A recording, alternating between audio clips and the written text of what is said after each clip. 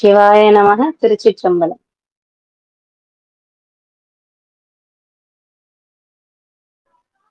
ஐந்து கரத்தனை ஆனை முகத்தனை இந்தின் இளம்பிறை போலுமெய்ற்றனை நந்தி மகந்தனை ஞானக் கொழுந்தினை புந்தியில் வைத்தடி போற்றுகின்றேனே.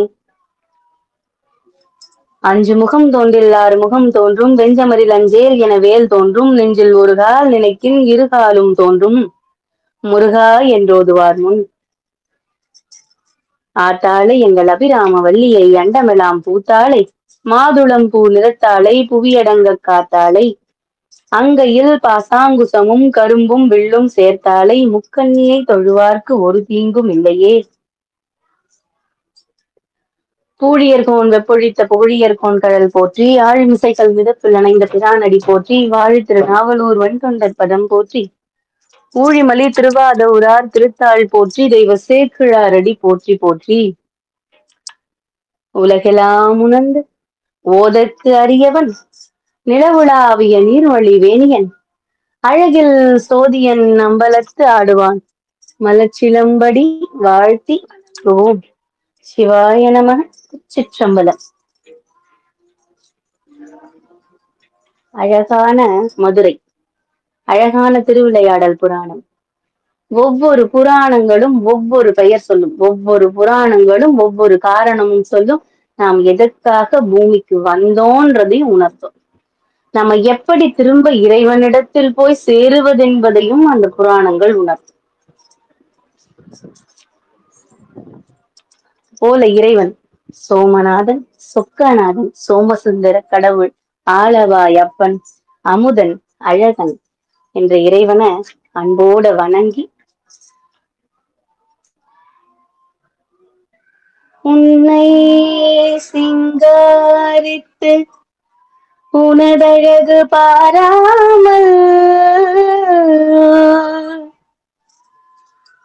உன்னை சிங்காரித்து உனதழகு பாராமல் என்னை சிங்காரித்து இடர்பட்டேன் சொக்கநாதா சொக்கநாதா சொக்கநாதா சொக்கநாதா சொக்கநாதா சொக்கநாதா. உன்னை சிங்காரித்து உனதழகு பாராமல் என்னை சிங்காரித்து இடர்பட்டேன் சொக்கநாதா சொக்கநாதா. உனக்கு பணி செய்ய உந்தனை என்னாலும் உனக்கு பணி செய்ய உந்தனை என்னாலும் நினைக்க வரம் எனக்கு நீதா நீதா. உனக்கு பணி செய்ய உந்தனை என்னாலும் நினைக்க வரம் எனக்கு நீதா நீதா. தென்மதுரை நின்மலனே தென்மதுரை நின்மலனே சொக்கநாதா சொக்கநாதா சொக்கநாதா. உனக்கு பணி செய்ய உந்தனை என்னாலும் நினைக்க வரம் எனக்கு நீதா நீதா. சிவாய நமக. திருச்சிற்றம்பலம். நம்ம எல்லாம் என்ன வேண்டிக்கணுமா, இறைவன் கிட்ட ஒரு விண்ணப்பம் வச்சுக்கணும். இறைவா, உனக்கு பணி செய்ய உந்தனை என்னாலும் மறக்காம இருக்கணும். உனக்கே நான் பணி செய்யணும். உந்தனை என்னாலும் மறக்காம இருக்கிறதுக்கும் உன்னுடைய அருளை எனக்கு கொடுப்பா, அந்த அருள் மட்டும் எனக்கு கொடுப்பான்றத நம்ம வேண்டிக்கணும். நம்முடைய விண்ணப்பங்கள் நிறைய இருக்கும் இறைவன் கிட்ட, நம்ம வேண்டுதல்கள் நிறைய இருக்கும் இறைவன் இடத்துல. அப்ப ஒரு வேண்டுதலாக இந்த வேண்டுதலையும் நாம சேர்த்து வைக்கணும். திருவிளையாடல் புராணத்துல 5 படலங்களாக பார்த்தோம். சென்ற புராணத்தில் அம்மை அப்பனுமாக மீனாட்சி சுந்தரேஸ்வராக திருக்கல்யாண கோலத்தோட முடிச்சது அந்த படலம்.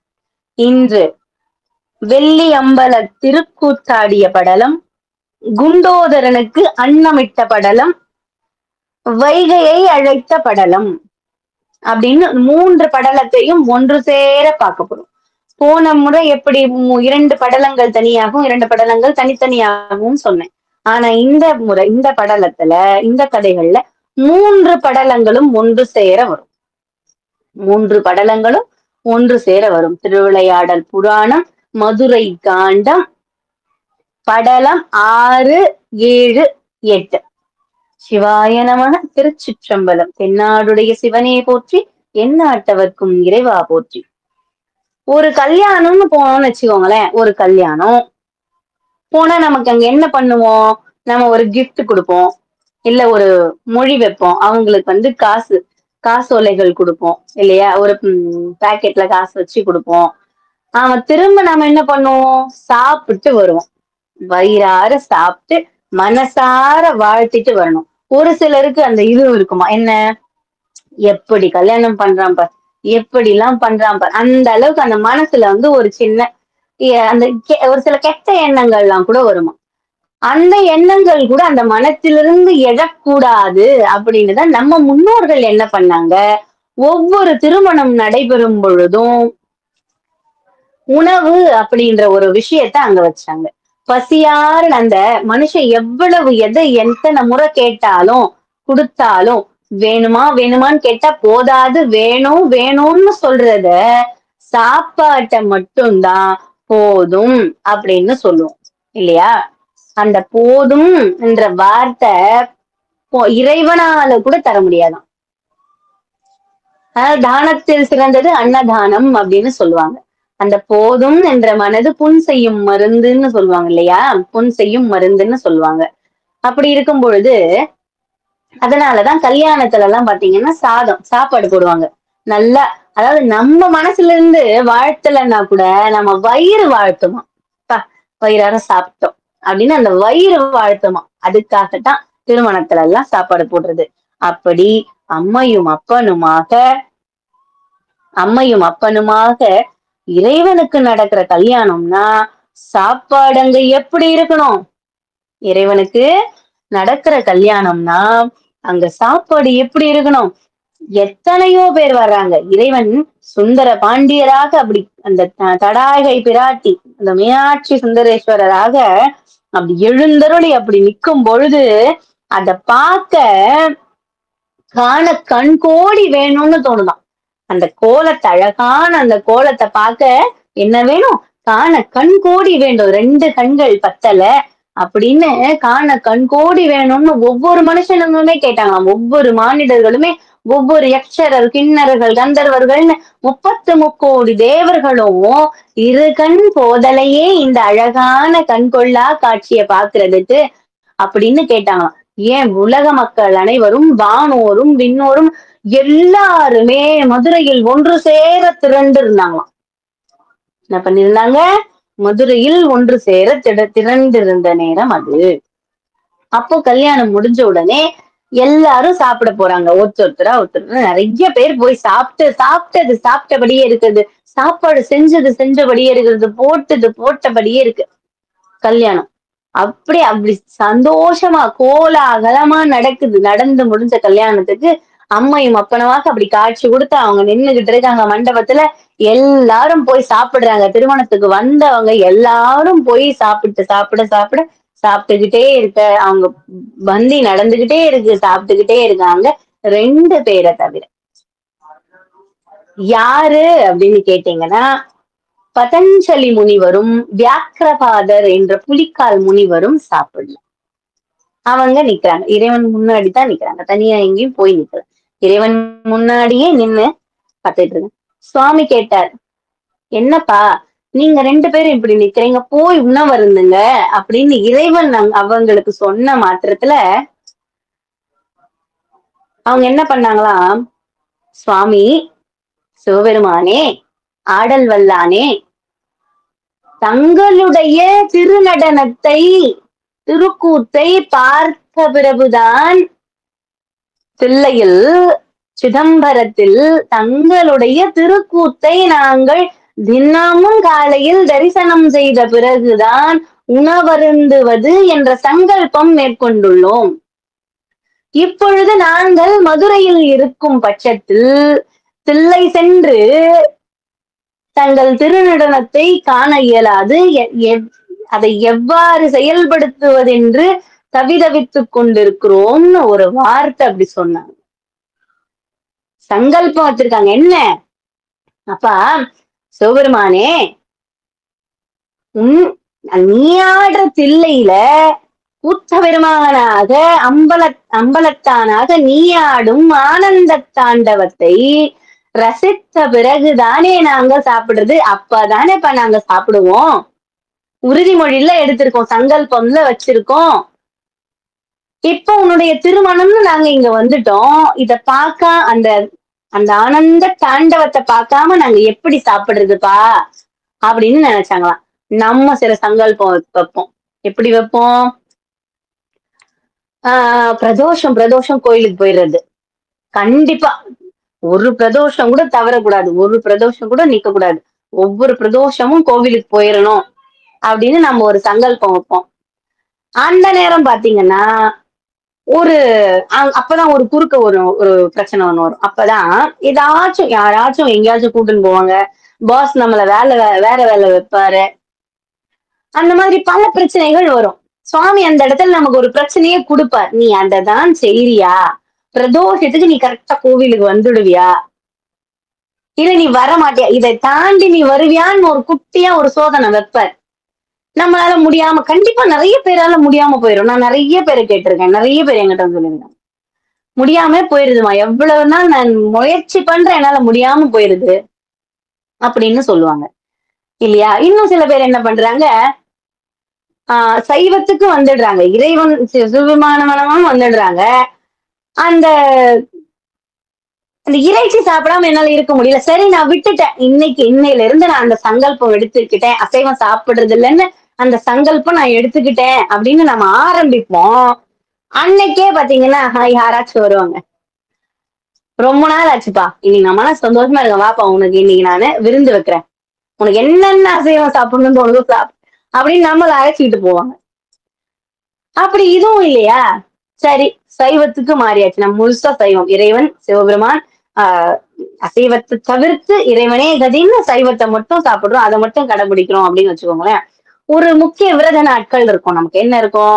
பிரதோஷம் இருக்கும், திங்கட்கிழமை இருக்கும், பௌர்ணமி இருக்கும், அமாவாசை இருக்கும். அந்த நாட்கள்ல விரதம் இருக்கும். என்னென்ன?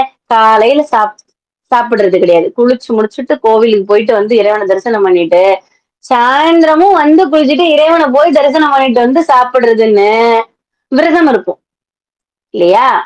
அந்த விரதத்தையும் கெடுக்கிற மாதிரி சுவாமி கண்டிப்பா அங்கேயும் சூழ்ச்சி வைப்பார்.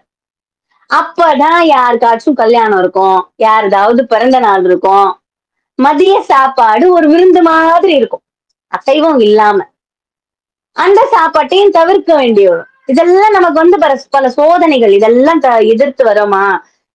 இதெல்லாம் நமக்கு சிறு சிறு சோதனைகள் தான். 63 நாயன்மார்களும், ஏன் சேக்கிழார், பன்னிரு சேக்கிழார் பெருமான்களும் எல்லாருமே சோதனைகள் கடந்துதான் சாதனைகள். ஒரு சங்கல்பம் ஒண்ணு இறைவன் கிட்ட ஒரு உறுதிமொழின்னு வச்சா அந்த உறுதிய தவறாமல் இருந்தாங்க. புரியுதுங்களா? அந்த உறுதிய தவறாம இருந்தாங்க.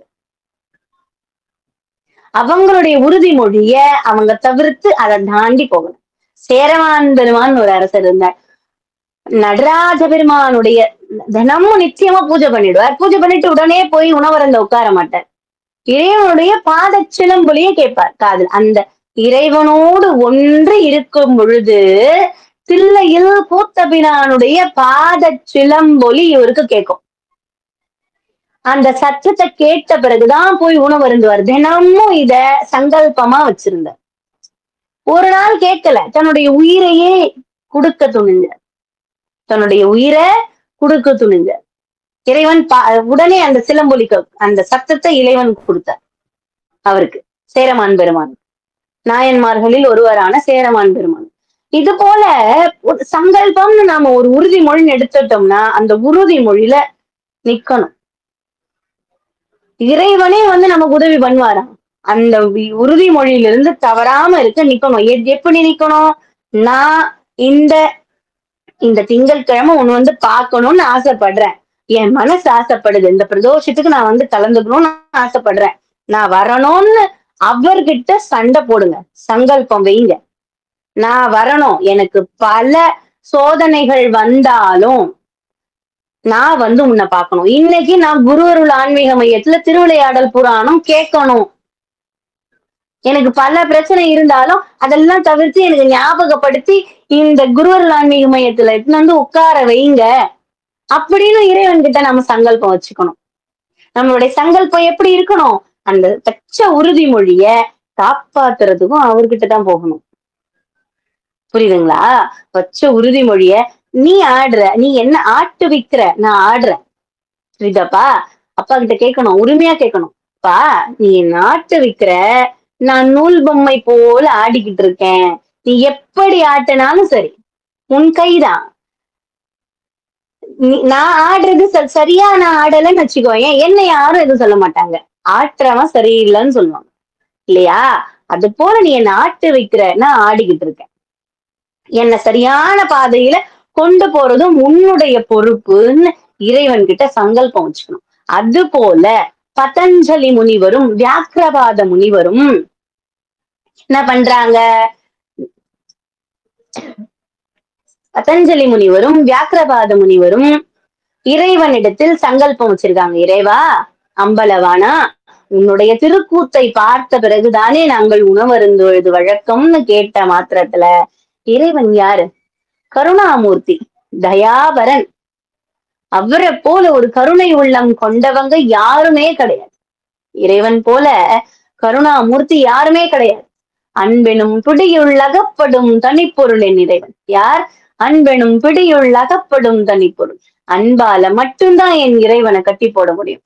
அப்படி அவங்க கேட்ட அந்த 2 பக்தர்கள், மேலான சீடர்கள். அவங்க யாரு? மேலான சீடர்கள். அவங்களாலதான் நாம இன்னைக்கு தில்லையில கூத்தபிரான தரிசனம் பண்றோம்.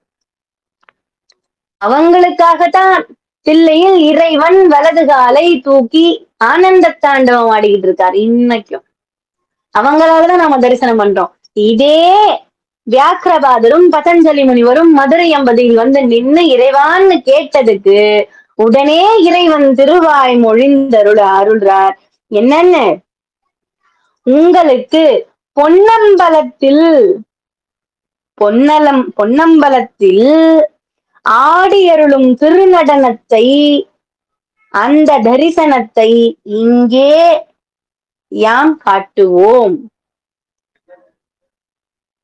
பொன்னம்பலத்தில் ஆடிய அந்த கூத்தை, அந்த ஆனந்த தாண்டவத்தை இங்கேயும் யாம் உங்களுக்கு அருளுகிறோம். இறைவன் அப்படி அந்த மேடையில அப்படி போய் ஏறி நின்னாராம் பாருங்க. ஏறி நின்னதும் அவருடைய இச்சா சக்தியால விமானம் எல்லாம் வெள்ளி அம்பலமா மாறிச்சு. இறைவனுடைய இச்சா சக்தியால விமானம் வெள்ளி அம்பலமா மாறிச்சு. அந்த அம்பலத்துல மாணிக்க பீடங்கள் எல்லாம் தோன்றுச்சு. அந்த மணி பீடத்தின் மேல ஏறி நின்னு சுந்தர பெருமான் எப்படி நிக்கிறார்? எப்படி நிக்கிறார் சுந்தர பெருமான்? அழகா நிக்கிறார். அப்படி நிக்கும் போது சிதம்பரத்துல 4 கரங்கள். அப்படி கண் மூடி கேளுங்க. இப்ப நான் சொல்றதெல்லாம் ஒவ்வொன்னும் அப்படி கண்களையுமே மெதுவா அப்படி லேசா அந்த கண் மூடி கேளுங்க. இறைவன் உங்க முன்னாடி ஆடுறத போல உண்மையா தோணும். அப்ப இறைவன் எங்க நிக்கிறார்? அந்த வெள்ளி அம்பலத்துல ஏறி நிக்கிறார். பொன்னம்பலத்தில் இறைவனுக்கு 4 கரங்கள், வெள்ளி அம்பலத்தில் 10 கரங்கள் கொண்டு நிக்கிறார். 10 கரங்கள் கொண்டு ஆரம்பிக்க போறார், கூத்தாட ஆரம்பிக்க போறார். அந்த கரங்களில் என்ன என்ன இருக்கா? இடது திருவடி குவிந்த செந்தாமரை மலரை போல அந்த இடது திருவடியை அப்படி நிறுத்தி இறைவன் வலக்கரத்தில் அபயஹஸ்தம் வச்சிருக்கார். திரிசூலம், திருக்கரத்தில் உடுக்கை, அம்பு, வாள், மழு. இடக்கரத்தில் இடப்பக்கமா இருக்கிற 5 கரத்துல நாகமும் அக்னி, வில், கேடயம், கதை இது போன்ற 10 கரங்களையும் 10 அபயம் வச்சிருக்கார். 10 அபயங்கள்ல அந்த சின்னங்களையும் வச்சிருக்கார். அழகான இறைவனின் திருமுகத்தில் திருநீல கண்டமும் சங்க குண்டலமும் குண்டலங்களும் பூண்டிருக்காராம். இறைவனுடைய திருச்செவியில் குண்டலம் பூண்டிருக்காராம். விருத்த சடை வெந்நீர் அணிந்து துலங்கு மேனியாக திருமேனியாக இறைவன் அழகாக காட்சி கொடுக்கிறார். இறைவனுடைய 3 நயனங்கள் காட்டுகிறார். நெற்றிக்கண்ணோடு இணைந்து இறைவனுக்கு 3 கண்கள் இல்லையா, இந்த நெற்றிக்கண்ணோடு சேர்த்து 3 நயனங்களாக காட்சி கொடுக்கிறார். பாம்பையும் கச்சையும் நீலமேனி வாலிழை பாகமும் வச்சிருக்க அப்படி அந்த வெள்ளியம்பத்தின் மேல் அப்படி எழுந்து நின்று அப்படி ஆட ஆரம்பிக்க போறாருனாலும் கீழே யார் நிக்கிறா? அம்பாள் நிக்கிறாளா இல்லையா? மீனாட்சி நிக்கிறாளா இல்லையா? அந்த கடைக்கண் பார்வை அவருடைய அப்படி திரும்பி அவருடைய மனைவிய அப்படி பாக்குறாரு. அப்படி அப்படி ராஜ கம்பீரமா அப்படி 10 திருக்கரங்களோடு இந்த காலை ஊன வச்சு அப்படி நின்னுகிட்டு இருக்கார். வெள்ளி அம்பலத்தில் நின்ற கோலத்தில் நின்று கொண்டிருக்கும் பொழுது அப்படி திரும்பி மீனாட்சி அம்பாள இந்த கடாதகை பிராட்டி அப்படி திரும்பி ஒரு பார்வை பார்க்கிறார். கடைக்கண் அந்த பார்வை அப்படி பாக்குற. அப்படி பார்த்துட்டு ஆட ஆரம்பிக்கலான்னு நினைக்கும் பொழுது வியாக்கிரபாத முனிவரும் பதஞ்சலி முனிவரும் நிறுத்தி கேட்கிறாங்க, இறைவா சொக்கநாத பெருமானே அடியேனை மன்னித்தருளுங்கள். என்னன்னு இறைவன் கேட்கும் பொழுது என்னப்பான்னு கேட்கும் பொழுது அவங்க சொல்றாங்களாம், என்னதான் நீங்க இங்க மதுரை அம்பதியில் ஆடினாலும் நீங்க திருக்கூத்தாடும் ஆனந்த தாண்டவம் தில்லையில் தானே, அதுக்கு இணை உண்டா? அந்த தில்லையில் சிதம்பரத்தில் ஆடிய ஆனந்த தாண்டவத்துக்கு இது இணையாகுமா சுவாமி அப்படின்னு அப்படி கண்ணி அப்படி அந்த ஒரு குறுகி அப்படி கூனி குறுகி அப்படி கேட்கும் பொழுது இறைவன் திரும்பவும் திருவாய் மலர்ந்து அருள்றார். என்னன்னு சொல்றார்? திருவாரூர் அந்த பிரம்மனுடைய உடம்பில் 14 லோகங்களும் உள்ளது. இந்த 14 லோகங்களிலும் திருவாரூர் மூலாதாரம், திருவானைக்கா சுவாதிஷ்டானம், திருவண்ணாமலை மணிபூரகம், தில்லை அநாதகம், திருக்காளாத்தி விசுத்தி, காசி ஆக்ஞை, திருக்கைலாயம் பிரமாந்திரம். முடிஞ்சுதா? ஆனா மதுரையம்பதியே பழம்பதியான மதுரையம்பதியே துவாதசாந்த ஸ்தலம். இத்திருப்பதிகளில் எவை மேலாகியது எனில் எது மேலா அப்படின்னு கேட்டீங்கன்னா பழம்பதியான மதுரையம்பதிதான் சிறந்ததுன்னு சொன்னாராம் சுவாமி. பழம்பதினா பழமையான பதி. இந்த பதிகளில் இப்பொழுது சொன்ன அத்தனை பதிகளும் திருவாரூர், திருவானைக்கா, திருவண்ணாமலை, தில்லை, காளாஸ்தி, காசி, திருக்கைலாயம் முதலியான பதிகளை விட மதுரையம்பதி பழம்பதி, பழமையான பதி. இது துவாதசாந்தலம். லிங்கமூர்த்தியாக யான் எழுந்தருளிய தலம், சுயம்புலிங்கமாக நான் எழுந்தருளி அருள்பாலிக்கும் தலம். இறைவன் திருவாய் மலர்ந்தருளி தன்னுடைய ஆனந்த தாண்டவத்தை ஆட ஆரம்பிக்கிறார். ஆகையால் கவலை கொள்ள வேண்டாம், அதை விட நான் இங்கு சிறப்பாகவே ஆடுவேன் என்று அப்படி ஆனந்த தாண்டவத்தை இறைவன் ஆட ஆரம்பிக்கிறார். அப்படி ஆடும் பொழுது கங்கையாறு பொங்கி ஓடி வருதான். இறைவனுடைய அந்த திருக்கூத்தை பாக்குறதுக்காக அந்த கங்கையாறு ஓடி வருது. அந்த டமருகத்தின் ஒலி கேக்குதான். அந்த டமருகத்தின் ஒலியும் ஒரு பக்கம் அந்த நெருப்பும் மாறி மாறி கேக்குது. அந்த சத்தங்களும் கேக்குது, வெளிச்சமும் தோன்றி மறையுது. இறைவன் ஆடும் பொழுது அந்த திருவடியிலிருந்து ஒரு சிறம்பொலி செல் செல் செல் செல் செல் செல் செல்னு அவ்வளவு அழகா இனிமையா இருக்கான் காதுல கேட்கறதுக்கு. அந்த இரு செவிகளும் அப்படி எப்படிதான் கேட்க ஆயிரம் கணக்குல கோடி கணக்குல மக்கள் நின்னுகிட்டு இருக்காங்க. வியாக்கிரபாதரும் பதஞ்சலி முனிவரும் இறைவன் முன்னாடி நின்னுகிட்டு இருக்கார். அந்த வெள்ளி அம்பல கூத்த ஆடுறார் இறைவன், ஆடுறார். எப்படி ஆடுறார்?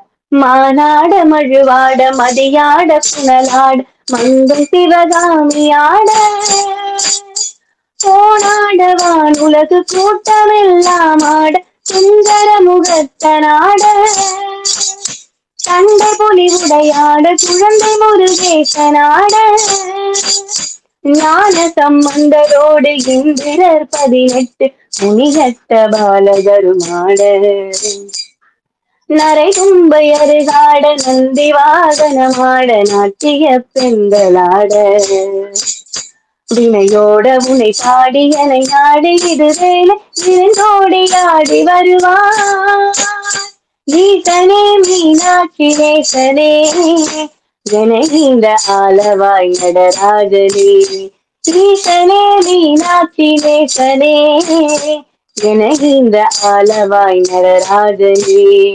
அப்படி இறைவன் தக தக தக தக தக தக தகன்னு ஆடுறார். எப்படி ஆடுறா? தக தக தக தக தகவென ஆடவா சிவசக்தி சக்தி சக்தியோடு ஆடவா தக தக தக தக தகவென ஆடவா சிவசக்தி சக்தி சக்தியோடு ஆடவா. அப்படி ஆடுறார் இறைவன். ஆடும் பொழுது அந்த ஆனந்த கூத்த மனசுல நினைச்சுக்கிட்டே இருங்க, மனசுல நினைச்சுக்கிட்டே இருங்க. என் இறைவன் அப்படி காலை தூக்கி ஆடும் பொழுது அண்ட சராசரங்களும் ஆடுது, அந்த மயக்கத்துல ஆடுது. அண்ட சராசரங்களும் அந்த மயக்கத்துல ஆடிக்கிட்டு இருக்கு. இறைவன் திருவடி கீழ் இயங்குகின்ற இந்த பூமியான அண்டம் ஆடிக்கிட்டு இருக்கு. இறைவன் காட்சி கொடுத்து ஆடுறார். இந்த பொருட்கள் எல்லாம் அண்டங்களும் அண்ட சராசரங்களும் தன்னை மறந்து ஆடிக்கிட்டு இருக்கு. இதுக்குள்ள இருக்கிற அத்தனை கோடி ஜீவராசிகளும் சேர்ந்து ஆடுது. மானாட மழுவாட மதியாட புனலாடன்னு இறைவன், அதாவது இறைவனுடைய சிரசில் இருக்கும் மதியும் ஆடுது, புனலும் ஆடுது, அந்த நாகமும் ஆடுது, இறைவனும் ஆடுகிறான், உலகங்களும் ஆடுகின்றன. இப்படியாக இறைவனுடைய கூத்த பார்த்துக்கிட்டே இருக்கிறவங்களுக்கு ஆனந்த தாண்டவராயனடி நம்மை ஆட்கொண்டருடைய சேதனடி ஆனந்த தாண்டவராஜனடி நம்மை ஆட்கொண்டருடைய சேதனடி வானந்த மாமலை மங்கை மகிழ்வடி வானநடி மணவளநடி வானந்த மாமலை மங்கை மகிழ்வடி வானநடி மணவளநடி வானநடி மணவளநடி அம்பலத்தாடல் செய்யனடி அன்ப அந்த கெழி தரு மெய்யனடி அம்பலத்தாடல் செய்யனடி அன்ப அந்த கெழி தரு மெய்யனடி தில்லை சிதம்பர சித்தனடி தில்லை சிதம்பர சித்தனடி தேவர் சிங்கமெனும் உயர் சங்கமடி தேவர் சிங்கமெனும் உயர் சங்கமடி அம்பலத்தாடல் செய்யனடி மெய் அன்பர் அந்த கேள்வி தரும் மெய்யனடி தும்பை முடிக்க நீ துயனடி தும்பை முடிக்க நீ துயனடி ஸ்வயம் ஜோதியடி பரஞ்சோதியடி தும்பை முடிக்க நீ துயனடி ஸ்வயம் ஜோதியடி பரஞ்சோதியடி ஜோதியடி பரஞ்சோதியடி ஜோதியடி பரஞ்சோதியடி ஜோதியடி பரஞ்சோதியடி. தென்னாடுடைய சிவனே போற்றி, எந்நாட்டவர்க்கும் இறைவா போற்றி, ஏகம்பத்துரை எந்தாய் போற்றி, பாகம் பெண்ணுரோமானாய் போற்றி, அண்ணாமலையின் மண்ணா போற்றி, கண்ணாரமுதக்கடலே போற்றி, காவாய் கனகத்திரளே போற்றி, கைலை மலையானே போற்றி போற்றி. திருச்சிற்றம்பலம். தில்லையம்பலம். இவ்வாறாக இறைவனின் வெள்ளியம்பலக் கூத்து திருநடனம் எல்லாம் பார்த்த அனைத்து கோடி மக்களுக்கும் அப்படியே ஆனந்த கண்ணீர் பெருக்கெடுத்து ஓடுதான். எங்க? மதுரை எம்பதியில் வெள்ளியம்பல கூத்து. அதாவது சிதம்பரத்துல தில்லையில் ஆனந்த தாண்டவம், பொன்னம்பலத்தில் ஆனந்த தாண்டவம் ஆடிய பெருமான் மதுரை எம்பதியில் வெள்ளி அம்பலத்தின் கீழ் சந்தியா தாண்டவம் ஆடுகிறார். இறைவன் தில்லையில் ஆடிய தாண்டவத்திற்கு ஆனந்த தாண்டவம் என்று பெயர். இங்கு ஆடும் தாண்டவத்திற்கு சந்தியா தாண்டவம் என்று பெயர். அப்படி அழகா இறைவன் தாண்டவம் ஆடி முடிச்சு அப்படி கீழே இறங்கி வரார். அப்படி இறங்கி வந்த உடனே வியாக்கிரபாதரும் பதஞ்சலி முனிவரும் இறைவான் அவருடைய திருப்பாதத்தை சென்று அப்படி வணங்குறாங்க. அவங்க 2 பேர் அந்த சங்கல்பத்தை மேற்கொள்ளல, அந்த உறுதிமொழியை அவங்க கடைபிடிக்கல. இல்ல, நாம இறைவன் தானே, இறைவனுடைய திருக்கல்யாணத்துக்கு தானே வந்திருக்கோம், பரவாயில்ல நாம சாப்பிட்டுடலாம் அப்படின்னு அவங்க போய் சாப்பிட்டு இருந்தா நமக்கு இன்னைக்கு அந்த 10 திருக்கரங்களோட இறைவனுடைய சந்தியா தாண்டவத்தை பார்க்க முடியாம போயிரும். அந்த 2 முனிவர்களுக்கும் என் சிரம் தாழ்ந்த வணக்கத்தை நான் தெரிவித்துக்கிறேன். நன்றியுடன் கலந்த வணக்கத்தை சொல்லணும். ஏன்னா இன்னைக்கு அவங்க 2 பேராலதான் நாம மதுரை எம்பதியில் இறைவனுடைய சந்தியா தாண்டவத்தை இப்ப நாம கண்ணால மனதால தரிசனம் பண்ண. அடுத்த படலம் திருமணம் முடிஞ்சது. அவங்க தாண்டவத்தை பார்த்து இறைவனுடைய ஆடல் வல்லானுடைய சந்தியா தாண்டவத்தை பார்த்து முடிச்சு சந்தோஷமாக மன நிம்மதியாக 2 பேரும் போய் உணவருந்த போறாங்க. அப்படி உணவருந்த போயிட்டாங்க. இறைவனுக்கு இப்ப சாதாரணமாக ஒரு கல்யாணம், ஒரு திருமணம் அப்படின்னு எடுத்துக்கிட்டோம்னாவே ஒரு 100 கிலோ அரிசியாவது போடுவாங்க. சரி, ரொம்ப பெரிய கல்யாணம்னா கிட்டத்தட்ட ஒரு 1000 கிலோ அரிசி செய்வாங்களா?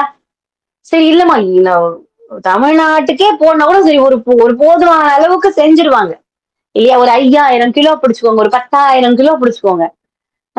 அப்படி வச்சுக்கோங்க. இவ்வளவும் செஞ்சோம் அப்படின்னு நம்ம சொல்லுவோமா? இவ்வளவு பெரிய கல்யாணம் அப்படின்னு.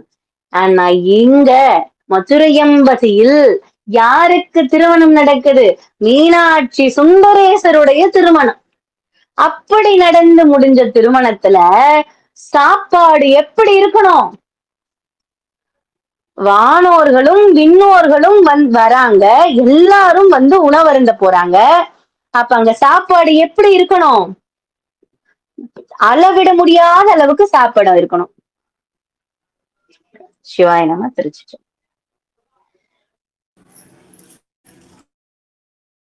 தேவனுடைய போற்றி, எந்நாட்டவர்க்கும் இறைவா போற்றி.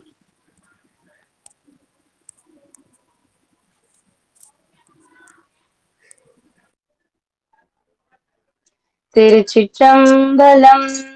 அந்த மீனாட்சி சுந்தரேஸ்வருடைய கல்யாணத்துல உங்க சாப்பாடு எப்படி இருக்கான்? இதையும் பக்கத்துல ஒரு ஒரு சொம்புல ஒரு தண்ணி வச்சுக்கோங்க. இப்ப நான் சொல்றதெல்லாம் அப்படி மனசுல நினைச்சுக்கிட்டீங்கன்னா, அந்த தண்ணிய நான் சொல்லி முடிச்ச உடனே தண்ணி குடிச்சீங்கன்னா இரவுக்கு யாருமே சாப்பாடு சாப்பிட வேணாம். அந்த அளவுக்கு நாம இப்ப போய் மீனாட்சி சுந்தரேஸ்வருடைய திருக்கல்யாணத்துல இப்ப நாம எல்லாரும் போய் சாப்பிட போறோம். என்ன சாப்பாடு இருக்கு? போஜனம் செய்ய வாருங்கோள் மீனாட்சி சுந்தரேச கல்யாண மண்டபத்தில் போஜனம் செய்ய வாருங்கோள். நவசித்திரமானதோர் கல்யாண மண்டபத்தில் போஜனம் செய்ய வாருங்கோள். மீனாட்சி சுந்தரேச கல்யாண மண்டபத்தில் போஜனம் செய்ய வாருங்கோள். வாழை மரத்துடன் வெட்டி வேர் கொழுந்து மாவிளை தோரணம் பவழ ஸ்தம்பம் நாட்டிய கூடம் பஞ்ச மரகரம் பதித்த செவர்களும் பசும்பொன் தரையில் பலவர்ண பொடியால் பதித்த கோலத்தில் நட்ட நடுவே குத்து விளக்கேற்றி தூண்கள் தோறும் தூண்டா விளக்கும் சுற்றிலும் தீபங்கள் மணிகளும் அசைய பந்தி பந்தியாய் பாயை விரித்து உத்தராணியுடன் ஜல பாத்திரங்களும் தலவாழை இலை போட்டு தப்பாமல் இடம் பண்ணி போஜனம் செய்ய வாருங்கோள். மீனாட்சி சுந்தரேச கல்யாண மண்டபத்தில் போஜனம் செய்ய வாருங்கள். மும்மூர்த்திகளுடன் முனிவர்கள் தேவர்கள் அக்ஷர கிண்ணரர் கந்தர்வர்கள் அஷ்டதிக்கு பாலக குழுவும் அந்தணர்கள் முன்பந்தியிலே அணி அணியாக அவரவரிடத்தில் அழகாயிருந்தார் அகல்யை திரௌபதி சீதை தாரை மண்டோதரியுடன் பந்தடித்தார் போல பட்டுகள் கட்டி கெச்சை மெட்டிகள் கிளுகிளுங்கவே முத்திரை மோதிரம் விரலில் கொண்டு பசும்பொன் தூக்கில் பாயசத்தை எடுத்து பார்த்து பார்த்து பரிமாறவே வந்தார். போஜனம் செய்ய வாருங்கோள். மீனாட்சி சுந்தரேசர் கல்யாண மண்டபத்தில் போஜனம் செய்ய வாருங்கள். மாந்தயிர் பச்சடி தேங்காய்ப்பு கொசுபல்லி இறங்கிக்காய் கிச்சடி பரங்கிக்காய் பச்சடி விதம் விதமாகவே வற்றல் அப்பளம் பாங்குள்ள கூட்டு தாங்கா காத்தொடுது சிலா பஞ்சி கறியும் பாலா பிஞ்சி கறியும் பாகற்காய் கத்தரிக்காய் துவட்டல் வாழைக்காய் வறுவல் வாழைப்பூ துருவல் குங்குருக்கு சுகமான சம்பா அரிசி என மத்த பருப்பும் பத்திருப்பு நெய்யும் போஜனம் செய்ய வாருங்கள். மீனாட்சி சுந்தரேசர் கல்யாண மண்டபத்தில் போஜனம் செய்ய வாருங்கள். பொரித்த குழம்பு பூசணிக்காய் சாம்பார் வெண்டைக்காய் மூர்க்கடி வெண்டைக்காய் சாம்பார் வாய்க்கு மிக ருசிக்கும் மிளகு ஜீரா ரசம் மதுரமாயிருக்கும் மைசூர் ரசமும் பருப்புகள் சேர்த்த பன்னீர் ரசமும் வேண்டுவோர்க்கெல்லாம் வேப்பம்பூ ரசம் குடிக்க மிக ருசிக்கும் கொட்டு ரசமும் சூரிய உதயம் போல் சீரும் அப்பளம் சுக்ல உதயம் போல் ஜவரிசி கருவாடா அக்கரா வடிசல் சர்க்கரை பொங்கல் என்னென்ன சுண்டல் வகையான வடைகளும் மசாலா வடையும் வெங்காய வடையும் சொஜ்ஜி வடையுடன் நல்லெண்ணெய் வடையும் தயிரும் வடையும் பால் போலிகளும் அன்ன ரசமும் அதிரசம் பதிர்பேணியுடன் சேமியா அல்வா ஜிலேபி லட்டு முத்து முத்தாயிருக்கும் முந்திரி லட்டு ரம்யமாயிருக்கும் ரவா லட்டு பேஷாயிருக்கும் பேசரி லட்டு குண்டு குண்டாயிருக்கும் குஞ்சா லட்டு பல பெலவிருக்கும் பயந்தமா லட்டு மைசூர் பாக்குடன் பருப்பியும் சேர்த்து போஜனம் செய்ய வாருங்கோள். மீனாட்சி சுந்தரேசர் கல்யாண மண்டபத்தில் போஜனம் செய்ய வாருங்கோள். பொறிகனி வர்க்கங்கள் பச்சை நாடாம் பழம் தேன்கனி கதலி பதம் செவ்வாழை பழமும் நேந்திரம் பழமும் மாம்பழ தினுசுகள் பலாப்பழத்துடன் வாடை பரிமளிக்கும் ஆடை தயிரும் எண்ணெய் தாங்காமல் சேர்த்து பகலாபாத் பனத்தினுசான சித்திரானங்களும் ரஞ்சிதமாகிய இஞ்சி ஊறுகாய் வெடுக்கென கடிக்கும் மாவடு ஊறுகாய் பாவக்காய் ஊறுகாய் வேப்பிலை கட்டி கொத்தமல்லி சட்டனி மிளகாய் பொடியுடன் மிளகாய் பச்சடி பந்தியில் பரிமாறினார்கள் அனைவரும். கல்யாண மண்டபத்தில் போஜனம் செய்ய வாருங்கள். மீனாட்சி சுந்தரேசர் கல்யாண மண்டபத்தில் போஜனம் செய்ய வாருங்கள். மீனாட்சி சுந்தரேசர் கல்யாண மண்டபத்தில் போஜனம் செய்ய வாருங்கள். நவரத்ன சித்தமனோ கல்யாண மண்டபத்தில் போஜனம் செய்ய வாருங்கள். திருச்சிற்றம்பலம். பாத்தீங்களா எவ்வளவு செஞ்சிருக்காங்க பாருங்க. அதாவது உலகத்துக்கே சாப்பாடு போடணும், எவ்வளவு பேர் வந்தாலும் அல்ல அல்ல அல்ல அல்ல குறையாத அளவுக்கு இந்த வாழை இலைகளே பச்சளையாம். வந்தவங்களுக்கு வாழை இலைகள் அதாவது அந்த அந்த அளவு பத்தாம அளவெடுத்து செஞ்சாங்களாம். இவ்வளவு வைக்கிறதுக்கு தங்க தட்டுகள் செஞ்சாங்களாம் அளவெடுத்து. இத்தனை சாப்பாடு ஐட்டமும் வைக்கிறதுக்கு அளவெடுத்து தட்டுகள் தங்கத்தால் ஆன தட்டுகளை செஞ்சாங்களாம். அப்படி இத்தனை பேரும் போய் சாப்பிட்டுக்கிட்டு இருக்கும் பொழுது அங்க சாப்பாடு செய்யறதுக்கு செஞ்சுகிட்டு இருக்கிற சமையல்காரர்களும் பரிமாறிக்கிட்டு இருக்கிற பெண்களும் என்ன பண்ணாங்களாம், காஞ்சன மாலை மீனாட்சி அம்பாளுடைய தடாதகை பிராட்டியாருடைய அம்மா கிட்ட போயிட்டு, அம்மா நாம திருமணத்திற்கு நிறைய சாப்பாடு செஞ்சு வச்சிட்டோம். மலைமலையா அன்னங்கள் இருக்கு, ஆறு போல ரசங்கள் இருக்கு, பெரிய ஆறு போல சாம்பார் இருக்கு, பச்சடிகள்லாம் சின்ன சின்ன மலை குவியல்கள் போல் அப்படி குவியலா காட்சி அளிச்சுக்கிட்டு இருக்கு. எத்தனையோ பேர் சாப்பிட்டுக்கிட்டே இருக்காங்க, சாப்பிட்டு போய்கிட்டே இருக்காங்க. ஆனா சாப்பாடு குறையல, சாப்பாடு அப்படியே இருக்கு, வீணா போயிடும், சாப்பாடு வீணாயிரும். இப்ப நம்ம என்ன பண்றது? யாராச்சும் இன்னும் யாராவது சாப்பிடாம இருக்காங்களா? மாப்பிள்ளை வீட்டுக்கார் நிறைய பேர் வருவாங்கன்னு சொன்னீங்களே, ஆனா கொஞ்சம் பேர் தான் வந்திருக்க மாதிரி தெரியுதே, நிறைய சாப்பாடு இருக்கே, என்ன பண்றதுன்னு தெரியல அப்படின்னு அவங்க சொன்ன உடனே அப்படி சொன்ன உடனே என்னதான் இருந்தாலும் மகாராணி இவங்க மீனாட்சியும் அம்பாளும் அதை நின்னு கேக்குறாங்க. கேட்கும் பொழுது, அம்மா என்னம்மா இப்படி சொல்றாங்க, அவங்க இப்படி சொல்றாங்களே, எவ்வளவோ பேர் சாப்பிட்டுதானே போய்கிட்டு இருக்காங்க. நான் நினைச்ச மாதிரி அநேகமா மொத்த பேரும் அவ்வளவுதான் நினைக்கிறேன், தீர்ந்து போச்சு, எல்லாரும் சாப்பிட்டு முடிச்சிட்டாங்கன்னு நினைக்கிறேன். ஆனாலும் சாப்பாடு அப்படியே இருக்கான்னு சொல்றாங்களே, இது வீணா ஆயிடுச்சுன்னா என்ன பண்றது அப்படின்னு நினைச்சு, நாம நிறைய சாப்பாடு செஞ்சிருக்கோம், ஆனா மாப்பிள்ளை வீட்டு பக்கமா வந்தவங்க கம்மி அப்படின்ற மாதிரி ஒரு சிறு சின்ன ஆணவம் வந்துச்சான். யாருக்கு?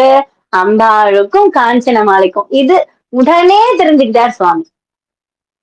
எப்படி சுவாமிக்கு தெரியுது? நம் ஹிருதயமே இறைவன் தானே, நம்ம என்ன மனசுல நினைக்கிறோன்றது இறைவனுக்கு தெரியும்ல. ஹிருதயமாக விளங்கும் சிவருமான் தானே நம் ஹிருதயமாகவே இருக்காரு, அவருக்கு தெரியுதுல நம்ம என்ன நினைக்கிறோன்றது அவர் மனசுக்கு தெரியுதுல்ல. அப்ப அந்த குட்டின்ற ஒரு ஆணவம் வந்துச்சு. தான் ராணி, தன்னால எவ்வளவும் செய்ய முடியும், அதை சாப்பிடுற அளவுக்கு உங்ககிட்ட ஆள் இல்ல அப்படின்ற அளவுக்கு கொஞ்சம் சிறு செருக்கு மனசுக்குள்ள வந்துச்சு.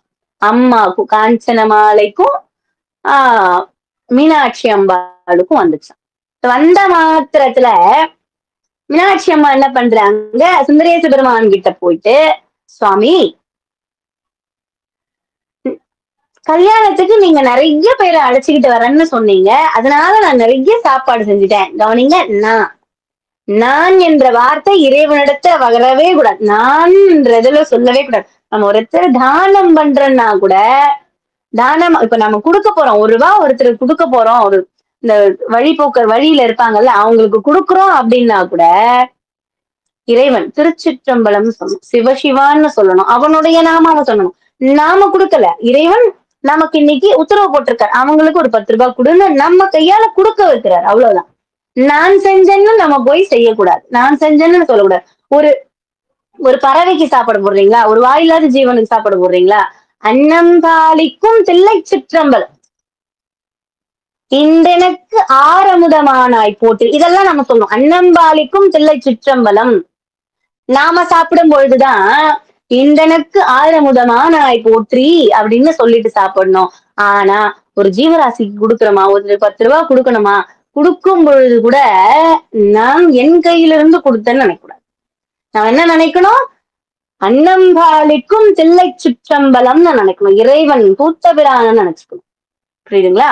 அப்படி நினைக்கும் போது அந்த அம்மாவுக்கு சொல்றாங்க, நான் அதிகமான அளவுல சாப்பாடு செஞ்சு வச்சிருக்கேன், ஆனா பாத்தீங்கன்னா நீங்க கம்மியா ஆள் வந்திருக்க மாதிரி இருக்கு, இன்னும் சாப்பாடு மலைமலையா இருக்கு, வீணா போயிடும், நீங்க இன்னும் யாரெல்லாம் சாப்பிடலன்னு கொஞ்சம் பாருங்க அப்படின்னு நின்னு கேட்க, சுவாமி அப்படி அழகா ஒரு சிரிப்பு சிரிச்சாரா. அப்படி சிரிச்சுட்டு, ஆமாமா நீ என்ன இருந்தாலும் நீ மகாராணி இல்லையா, அளவுக்கு அதிகமாதான் நீ செஞ்சிருப்ப, எல்லாரும் சாப்பிட்டு முடிச்ச அளவு கூட இருந்திருக்கும், சரி நான் தேடி பாக்குறேம்மா, யாராச்சும் இருக்காங்களான்னு நான் தேடி பாக்குறேன்னு இறைவன் அப்படி திரும்பி, பூதகணங்கள் யட்சர்கள் கிங்கணர்கள் எல்லாரும் நின்னுகிட்டு இருக்காங்க, கந்தர்கள் எல்லாம் நின்னுகிட்டு இருக்காங்க, எல்லாருக்கிட்டையும் கேக்குற, எல்லாரும் சாப்பிட்டீங்களாப்பா, கல்யாணத்துல எல்லாருமே சாப்பிட்டீங்களா, யாராச்சும் மிச்சம் இருக்கீங்களா அப்படின்னு இறைவன் அப்படி திரும்பி அப்படி கேட்கும் பொழுது ஒரு பூதகணம் சொல்லிச்சான், சுவாமி உங்களுக்கு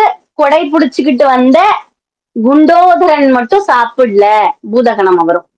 இந்த குண்டோதரன் மட்டும் இன்னும் சாப்பிடல சுவாமி.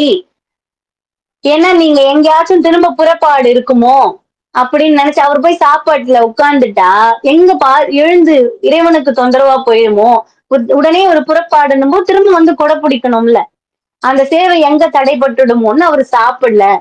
கல்யாணத்துல அந்த வேலைகளையே செஞ்சுக்கிட்டு இருக்காரு, அவர் சாப்பிடல சுவாமி, அவர் மட்டும்தான் சாப்பிடல, நீங்க சொன்னீங்கன்னா அவர் வந்து சாப்பிட்டுருவாரு அப்படின்னு சொன்னார். ஒரு பூதகணம் வந்து சொல்லுச்சு. அப்படி இருக்கும்போது இறைவன் திரும்பி குண்டோதரா இங்க வா அப்படின்னு. சுவாமி வந்துட்டேன். என்ன சுவாமி, ஏன்பா இன்னும் சாப்பிடாம இருக்க, முதல்ல போய் சாப்பிடு, முதல்ல போய் சாப்பிடு, அப்புறமா வந்து வேலைகளை பாரு அப்படின்னு சொன்னார். இல்ல சுவாமி இருக்கட்டும், நான் உங்களுடைய புறப்பாடு திடீர்னு வந்துருச்சுன்னா என்ன பண்ணுவேன், நான் உங்களுக்கு கொடை பிடிச்சுக்கிட்டு வரணும், அந்த பணி அந்த சேவைய அடியேனை தவிர்த்து வேற யாருக்கும் கொடுத்துடாதீங்க சுவாமி, என் கடன் பணி செய்து கிடப்பதேன்ற மாதிரி என்ன சொல்ற மாதிரி அந்த உங்களுக்கு கொடை பிடிச்சுக்கிட்டு போனோம், அந்த பணியை எனக்கு நான் தான் பண்ணணும் சுவாமி, அடியேனுக்கு தான் அந்த பணி வேணும், நீங்க உங்களுக்கு புறப்பாடு இருந்துச்சுன்னா நான் பண்ணணும், அதுக்காகத்தான் நான் சாப்பிடல, எனக்கு வேண்டாம். இல்ல இல்ல இல்ல அப்படியெல்லாம் ஒண்ணும் இப்ப எதுவும் ஆயிடல, இப்ப எங்கேயும் புறப்பாடு கிடையாது, நீ போய் முதல்ல உணவருந்து உன்னை பசி ஆச்சு முதல்ல போ அப்படின்னாரு. அப்பயே அம்பாள் வந்து ஒரு ஏளனமா அப்படி பார்த்துச்சான்.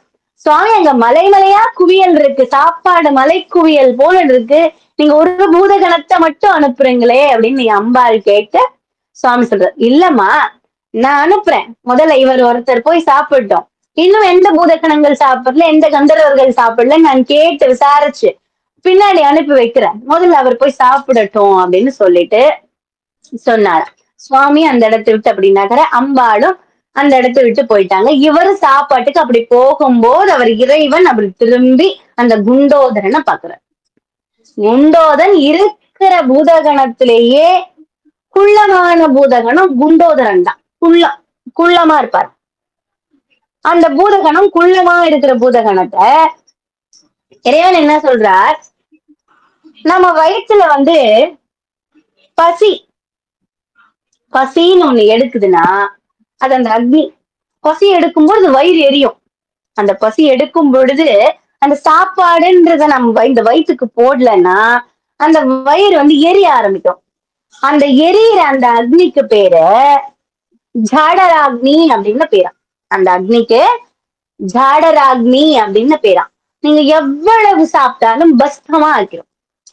நெருப்பு ஒரு டன்னா எடுத்துக்கிட்டு வந்து விறகு கட்டைகளை போட்டாலும் நெருப்பு வந்து பஸ்மமா மாத்திடும் இல்லையா? அது போல் நம்ம வயிற்றுல எரியிற அந்த ஜாடராக்னி அப்படின்ற அக்னி எரியுமா, எப்பவுமே இருக்கும். நம்ம அந்த அளவுக்கு நம்ம சாப்பிட்டுட்டோம்னா அந்த அக்னி சாந்தமாயிரும் இல்லைங்களா? அது போல நம்ம வயிற்றுல இருக்குமா.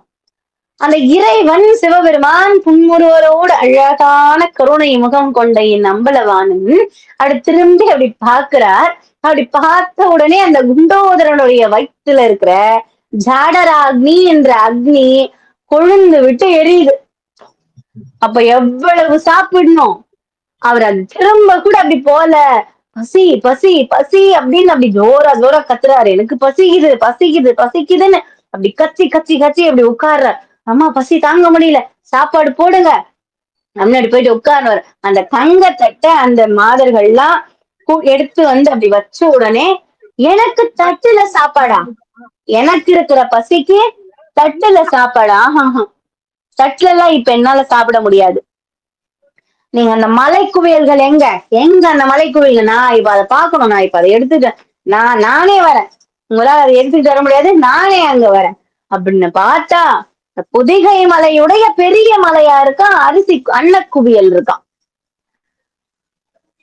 அந்த அம்பாள் திருமண அந்த கல்யாண வைபவத்துல செஞ்ச சாம்பாரை ஊத்துனா மதுரையே மூழ்கிருமா, அந்த அளவுக்கு சாம்பார் இருக்கா, அந்த அளவுக்கு ரசம் இருக்கான். அந்த ஒரு ஆறு போல ஒரு பெரிய பள்ளம் போல வெட்டி அதுல அந்த மலை குவியலை பாதி அப்படி தள்ளி அதுல அந்த ஆறு போல சாம்பார் விட்டு அப்படி ஒரு பிசைஞ்சு அப்படி சாப்பிட ஆரம்பிக்கிறாராம் குண்டோதரன்.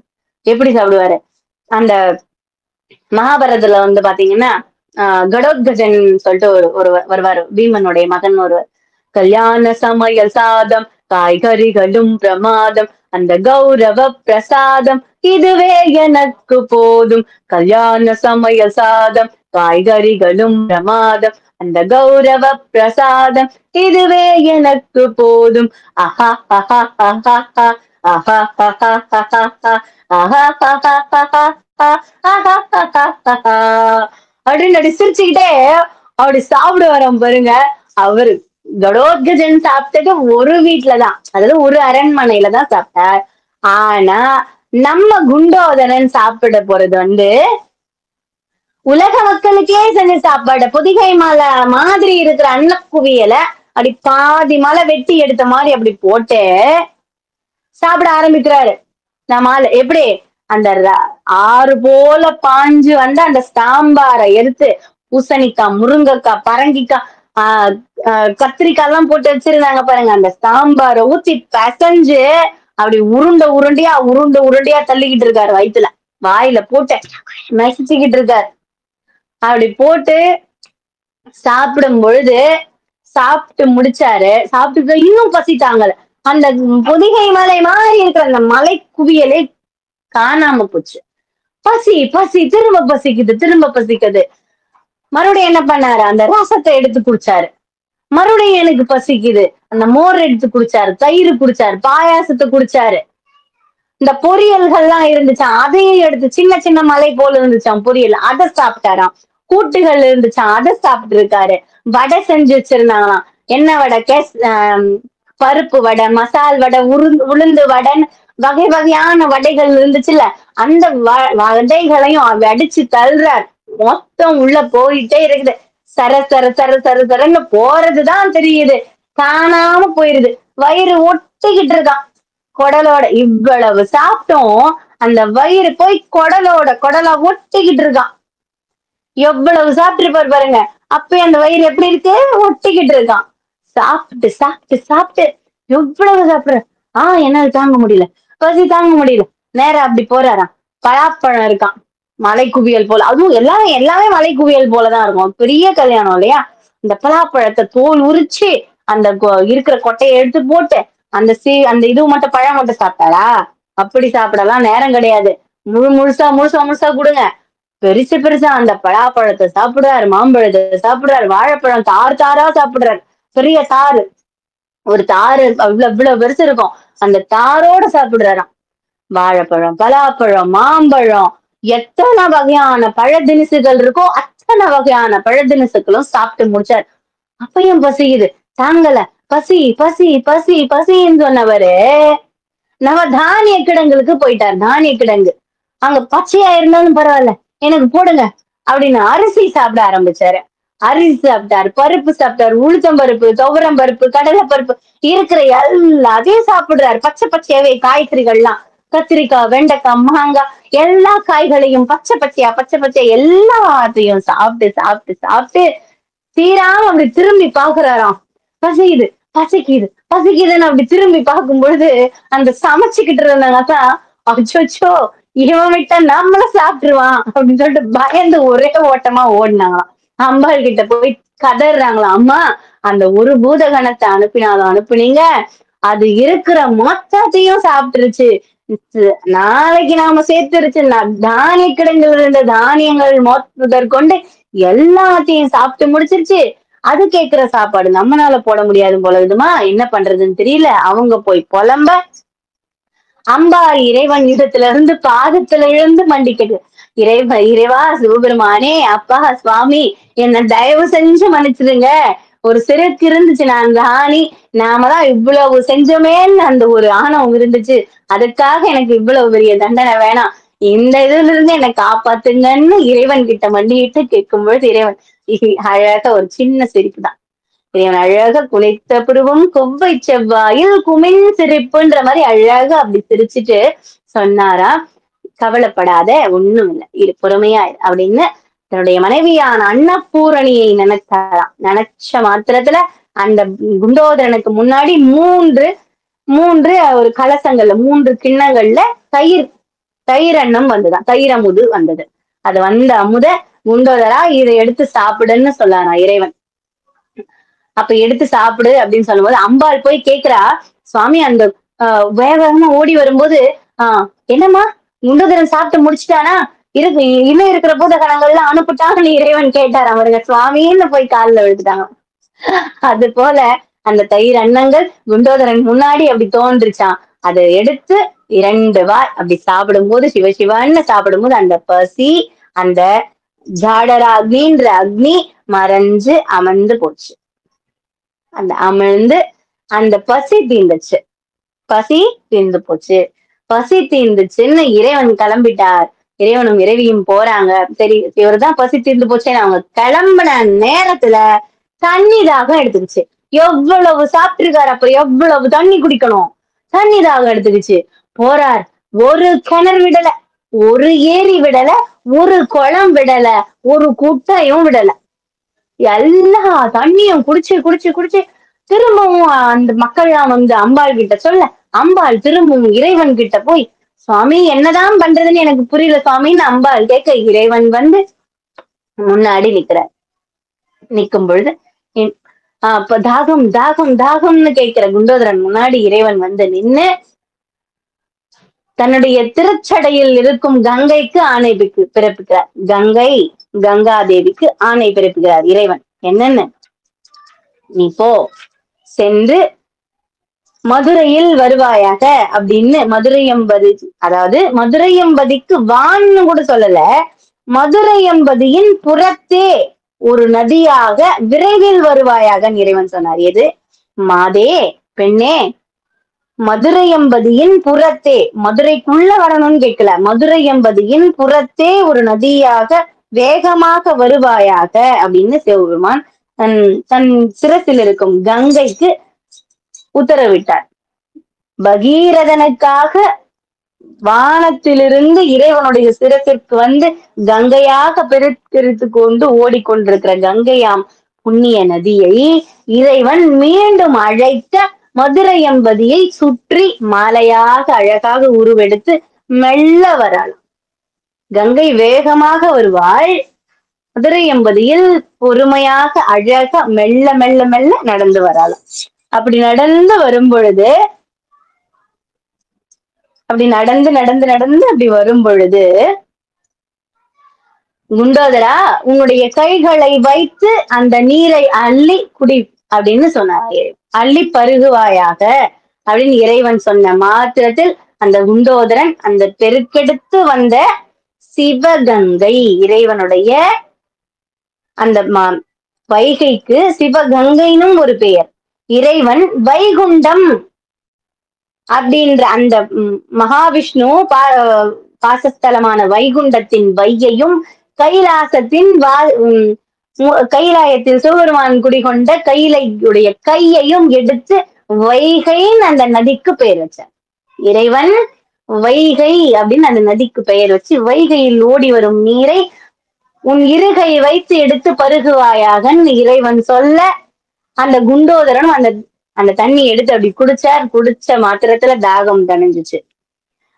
அம்பாளுடைய அந்த நதி அப்படி பெருக்கெடுத்து அப்படி வரும்போது இறைவன் கிட்ட ஒரு வரம் கேட்டுச்சான். என்னை பாக்குறவங்களும் என்னை தொட்டவங்களும் என்னோட மூழ்கி ஸ்நானம் பண்ணவங்களும் எப்படி இருக்கணும் இறைவா, எனக்கு வரம் கொடுங்க. என்னை பார்த்தவங்களும் என்னுள் மூழ்கி ஸ்நானம் பண்ணவங்களும் என்னை தொட்டவங்களும் என்னை நீராக எடுத்து தலையில் தெளித்து கொண்டாங்க பாருங்க, அவங்களுக்கும் ஞானம் கல்வி வீடு பெறும்படி ஒரு வரம் தர வேண்டும் அப்படின்னு சொல்லிட்டு இறைவன் கிட்ட வரமாக கேட்டு அந்த வைகை நதி வாங்குச்சான். அந்த வைகை நதி இந்த வரத்தை எனக்கு கொடுங்க அப்படின்னு கேட்டு வாங்குச்சான். அந்த நதி ஓடி வரும்போது எப்படி ஓடி வருது, அழகா அப்படி ஓடி வரும்போது முத்து மாலைகள் போல் அப்படி ஓடி வருதான். அம்பாளுடைய இருதயம் விழுந்த இடம் மதுரை. புரியுதுங்களா? அம்பாளுடைய இருதயம் விழுந்த இடம் 3வது சக்தி பீடமான மதுரை. அந்த மதுரையை சுற்றி மணி போல் அழகா வளைஞ்சு அப்படி ஓடி வர்றதுனால அந்த மதுரைக்கு ஹிருதயமாலான்னு, அந்த வைகை நதிக்கு ஹிருதயமாலான்னு ஒரு பேர் உண்டு. வேகவதி அப்படின்னு ஒரு பேரும் உண்டு. அழகாக அந்த நதிக்கு இவ்வளவு சிறப்புகளும் உண்டு. அப்படி இறங்கி வந்த நதியை குண்டோதரன் பருகி அவருடைய தாகத்தை தீர்த்துக்கிட்டார். இறைவனுடைய திருவிளையாடல் பாருங்க. எப்படி எல்லாம் என்னுடைய திருவிளையாடல். இந்த திருவிளையாடலை கேட்டவங்க, அதாவது இந்த திருவிளையாடலை இறைவனுடைய வெள்ளியம்பல கூத்தை கேட்டவங்களுக்கு எல்லா நலன்களும், எல்லா பலன்களும், சுப லாபங்களும் கிடைக்கும். வேண்டனவங்களுக்கு வேண்டனபடி கிடைக்கும். இந்த திருக்கூத்தை கேட்கவும் தினமும் படிக்க செய்யவங்களுக்கும் இது கிடைக்கும். இறைவனுடைய திருப்பாத நிழலில் ஒரு இடம் கிடைக்கும். முக்தி பேரு கிடைக்கும். அடுத்து இந்த குண்டோதரனுக்கு அன்னமிட்ட படலம் கேட்டவங்களுக்கு வயிறு சம்பந்தப்பட்ட பிரச்சனைகள் தீரும். வயிறு சம்பந்தப்பட்ட பிரச்சனைகள் தீரும். அதை கேட்கவும் செய்யணும், படிக்கவும் செஞ்சவங்களுக்கு பல பிரச்சனைகள், மனக்குழப்பங்கள், தான் என்ற ஆணவம் சிறிது மேலிட்டாலும் இறைவன் வந்து தடுத்தாட்கொள்வார் அப்படின்றது இந்த கதையுடைய சுருக்கம். தான் என்ற ஆணவம் தலைமையிட்டு, அதாவது இரண்டு பலன்கள், அதாவது இரண்டு குறிப்புகள் இந்த கதைகள்ல இருக்கும். பாத்தீங்கன்னா, இறைவனுக்காக உன்னை பார்க்கணும்னு ஒரு சங்கல்பம் வச்சு இறைவான்னு கையேந்து நிற்கும் போது இறைவன் அன்பாக அழகாக காட்சி கொடுத்து ஆடியது ஒரு படம். அதாவது அன்பிற்கு மட்டும் அடிபணிவான்றது ஒரு கருத்து. அடுத்த கருத்துன்னு பாத்தீங்கன்னா, சிறிது ஆணவம் மேலிட்டாலும் அதை தடுத்தாட்கொள்ளவும் யான் வருவேன் அப்படின்றது இரண்டாவது கருத்து. இதை கேட்ட எல்லாரும் சகல சௌபாகியங்களும் பெற்று இறைவனுடைய திருவருளும், குருவினுடைய திருவருளும், இறைவனுடைய திருவருளும் சேர்ந்து அனைவரும் நல்லபடியாக இருக்கணும்னு இறைவன் சோமநாதனையும் சோமநாதனான சொக்கேச பெருமானையும் ஆளவாயப்பனையும் சோமசுந்தர கடவுளையும் மீனாட்சி தாயாரையும் வணங்கி கேட்டுக்கொள்கிறேன். சிவாய நமக. திருச்சிற்றம்பலம். தென்னாடுடைய சிவனே போற்றி, எந்நாட்டவர்க்கும் இறைவா போற்றி, ஏகம்பத்துரை எந்தாய் போற்றி, பாகம் பெண்ணுருவானாய் போற்றி, அண்ணாமலையன் மன்னா போற்றி, கண்ணார முதற் கடலே போற்றி, காவாய் கனகத்திரளே போற்றி, கைலை மலையானே போற்றி போற்றி, வான்முகில் வளாது பெய்க மழிவளம் சுரக்க மன்னன் கோன்முறை அரசு செய்க, குறைவிலாது உயிர்கள் வாழ நான்மறை அறங்கள் ஓங்க, நற்றவம் வேள்வி மல்க, மேல்மைகொள் செய்வ நீதி விளங்குக உலகமெல்லாம். ஆறுகு கடந்தோள் வாழ்க, ஆறுமுகம் வாழ்க, வெப்பை கூறுசை தனிவேல் வாழ்க, குக்குடம் வாழ்க, செவ்வேலேறிய மந்தை வாழ்க, யானை தன் அணங்கு வாழ்க, மாறிலா வள்ளி வாழ்க, வாழ்க சீரடியாரெல்லாம். ஏறுமையிலேறி விளையாடு முகம் ஒன்று, ஈசருடு ஞான மொழி பேசு முகம் ஒன்று, கூறுமடியார்கள் வினை தீர்த்த முகம் ஒன்று, குன்றுருவாய் வேல் வாங்கி நின்ற முகம் ஒன்று, மாறுபட்டு சூரரை வதைத்த முகம் ஒன்று, வள்ளியை மனம் கொணர வந்த முகம் ஒன்று, ஆறுமுகமான பொருள் நீ அருள வேண்டும் ஆதியருணாச்சலம் அமர்ந்த பெருமானே. வாழ்க அந்தர் வானவர் ஆனினும் வீழ்க தன்புணல் வேந்தனும் ஓங்குக, ஆழ்க தீயது எல்லாம் அரண் நாமமே, சூழ்க வையகம் துயர் தீர்க்கவே. சிவாய நமக. திருச்சிற்றம்பலம்.